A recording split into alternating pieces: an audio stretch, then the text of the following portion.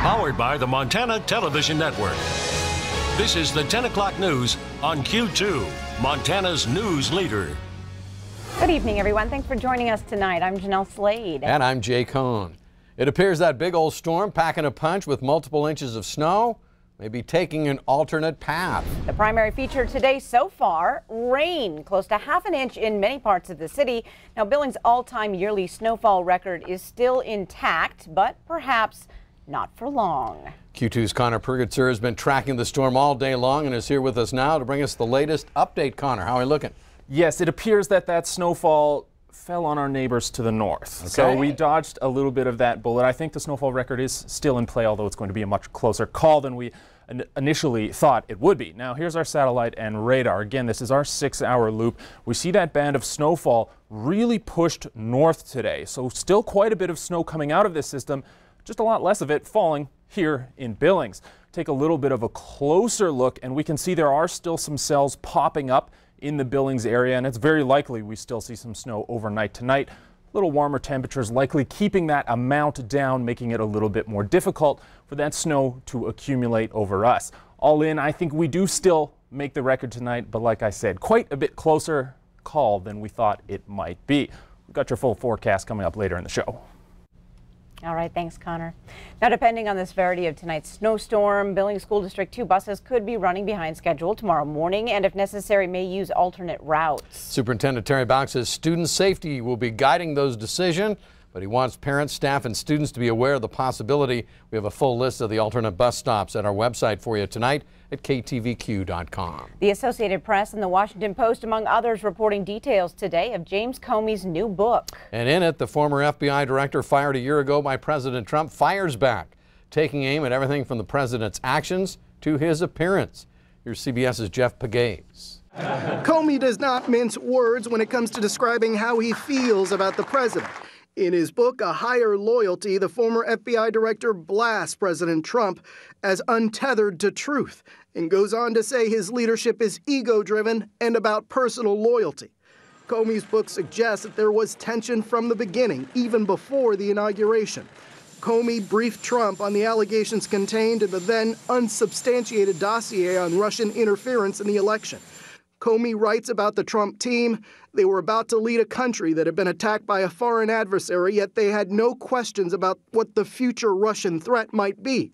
Instead, Comey writes they launched into a strategy session about how to spin what we'd just told them to the public. Comey says the president focused on one of the most salacious allegations in the dossier, that he'd had a sexual encounter in a Moscow hotel room. Comey writes Trump strongly denied the allegations, asking rhetorically, I assumed, whether he seemed like a guy who needed the service of prostitutes. Comey also writes about the Oval Office meeting where he says the president asked him for his loyalty. He testified about that before Congress. I was playing in my mind, what should my response be? And that's why I very carefully chose the words. And look, I've seen the tweet about tapes. Lordy, I hope they're tapes. Comey said that moment reminded him of a mobster's induction ceremony. He also said that when he was fired, then DHS Secretary John Kelly told him that he was sick about the situation. Comey says that Kelly told him that he didn't want to work for dishonorable people. The White House denies Kelly used that language, and Kelly, of course, is now the White House Chief of Staff. Jeff Pegues, CBS News, Washington. Back here on the local front, all 6 Democrat candidates vying for their party's nomination for Congress here in the Magic City tonight to debate the issues. All are hoping to emerge from the upcoming June 5th primary as their party's choice to challenge Republican Congressman Greg Gianforte in November. Grant Keir of Missoula, former State Senator Linda Moss of Billings, Jared Patinato of Bozeman, John Mayer from Bozeman, John Heenan from Billings, and former State Representative Kathleen Williams, also of Bozeman, answered questions from the moderator Chuck Tooley, the former Billings mayor. MSUB's College Democrats hosted tonight's candidate forum, which was held at the Babcock Theater downtown. Last night, MTN chief political reporter Mike Dennison told us about 3 of the Democratic hopefuls. Tonight, he wraps up his profiles with more on candidates Moss, Meyer, and Petrinato. Of the 6 Democrats competing for the party nomination to take on Congressman Greg Gianforte, none is a household name in Montana. They are Billings lawyer John Heenan, former Land Trust Director Grant Keir of Missoula, former State Representative Kathleen Williams of Bozeman, former state senator Linda Moss of Billings, and Bozeman attorneys Jared Pettinato and John Meyer. These latter three candidates also are running relatively low-key, low-cost campaigns. Moss says she's drawing on her contacts across the state from years as a consultant and nonprofit director involved in a variety of community projects and issues. As a congresswoman, she wants to enlist Montanans to develop their own solutions to problems facing the state and country. I have a bold plan, a bold vision, a community action network that brings people together. I'm ready. I have the energy to do the job and to work at every level, from the grassroots, community level, to the halls of Congress. Bozeman attorney John Meyer entered the House race on the last day possible, filing as a candidate 1 month ago. He runs the Cottonwood Environmental Law Center, which has won significant court rulings to protect critical habitat for endangered species on national forest land. Meyer says he wants to show that you don't need a lot of money to run successfully for Congress, and that environmentalist is not a dirty word. I think a lot of people hear the word environmentalist and immediately assume, oh, left-wing, tree hugger, you know, whatever. And that's just not true. I'm here for people that like to hunt and recreate on public land. Another Bozeman lawyer, Jared Pettinato, is the only Montana native in the primary race, originally from Whitefish. Pettinato worked the past 9 years for the U.S. Justice Department, defending the Forest Service and other federal agencies in natural resource cases. He has plans to create jobs in wind power and timber thinning projects in Montana. We need better ideas, and we need hard work. And I'm the Democrat who's actually come forth with new ideas, with creative ideas for solving problems.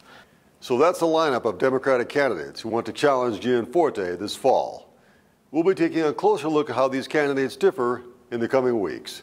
Reporting from Helena, Mike Dennison, MTN News.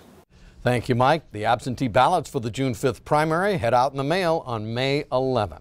School District 2 trustees on a path to find a new superintendent met with the second of 3 finalists tonight. The board interviewed Rebecca Salado from Southern California. Salado has been the chief operating officer for Action Learning Systems in Pasadena since 2010. Now, prior to that, she worked as a district director in Beaumont, California, and she started her education career in Palm Springs in 1987. Tonight, Salado talked about what she would bring to the Billings Public Schools. I'm in it for the long haul. I'm not in it to come in and make a name for myself. I don't need a name. I need to be part of a community. I'm a collaborative leader. I want to come into a group that is excited about kids and has them focused. At their focus is kids and growing their students, and I want to be a part of that and continue to grow leaders from inside. Now, Ross Kaysen, a school superintendent in New Jersey, is the third finalist. He'll meet with the board on Friday. Billings residents had the opportunity tonight to chat with Police Chief Rich St. John.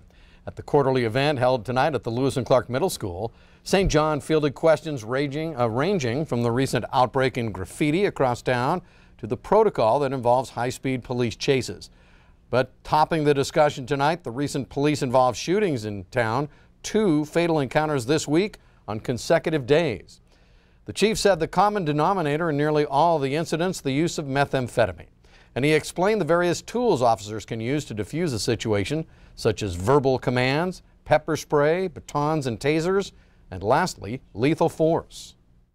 When we evaluate that, the question that I ask, that is asked, is not if the use of force was legal, not if it was justified, whether it was reasonable.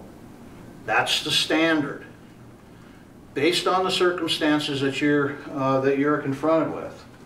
And this is a Supreme Court ruling which basically says you, me, John Q. citizen, has no right and not allowed to second guess an officer when they use deadly force.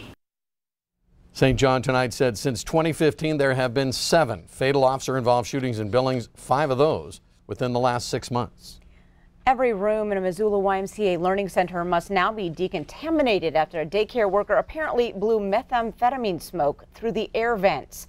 30-year-old Autumn Hines is now charged with 3 felonies for allegedly contaminating the facility with toxic smoke. Charging documents state, among other items, police found a hard case that contained a glass pipe with what appeared to be meth residue and a plastic tube full of white crystals.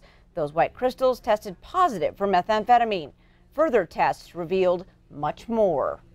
The bathroom was then tested. The bathroom was positive for methamphetamine, and so was the air vent in the bathroom, which led the environmental tester and detectives to believe that she had been smoking methamphetamine and exhaling into the vent system to try and avoid detection.